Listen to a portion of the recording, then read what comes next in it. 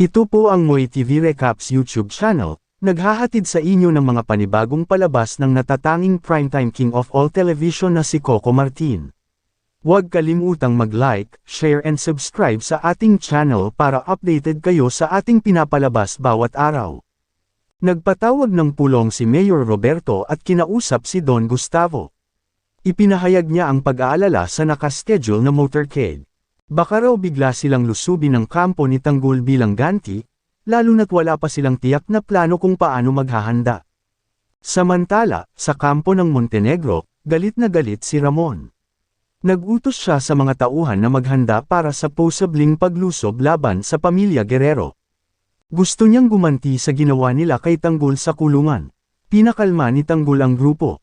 Sinabi niyang hindi pwedeng pabigla-bigla ang galaw. Kailangan nilang planuhin ng maayos ang bawat hakbang kung nais nilang makaganti. Sa kampo ng Guerrero, hindi maikubli ang galit ni Miguelito.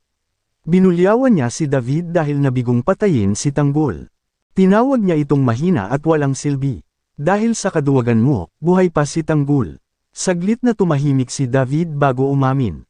Kahit daw may alitan sila ni Tanggol, hindi niya magawang tapusin ang buhay ng sariling kapatid.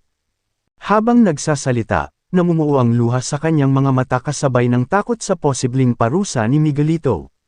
Hindi na nakapigil si Miguelito. Hinampas niya ng baril si David at sunod-sunod na binugbog. Pinagbantaan niya ito na mas malala pa ang darating. At sinabi niyang kulang pa ang mga parusang naranasan ni David. Galit at determinadong burahin si David, kinausap ni Miguelito si Atty. Vera. Ibinili niya na si Vera na mismo ang dapat kumitil sa buhay ni David. Wala nang nagawa ang abogado, kundi tanggapin ang utos. Habang patuloy ang tensyon, kinausap ni Tanggol si Olivia. Mahigpit niyang sinabi na hindi siya titigil hanggat hindi napapanagot ang pamilyang Guerrero sa mga ginawa nila.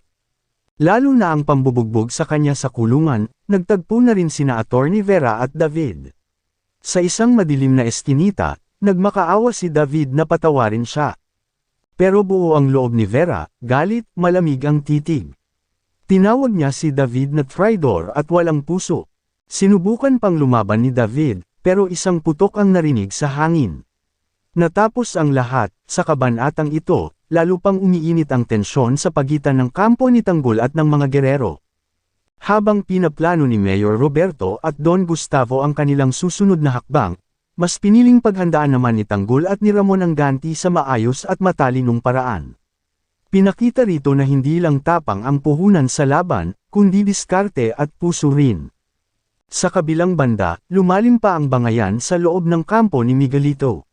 Dahil sa kabigoang tapusin si Tanggol, tuluyan ang itinakwil at pinarusahan ni Miguelito si David. Isang patunay kung gaano kalalim ang kasamaan at pagkawalang awa ng pamilya Guerrero. Sa dulo ng lahat, naging malinaw na walang sinisino si Miguelito, maging kapatid man o kaalyado.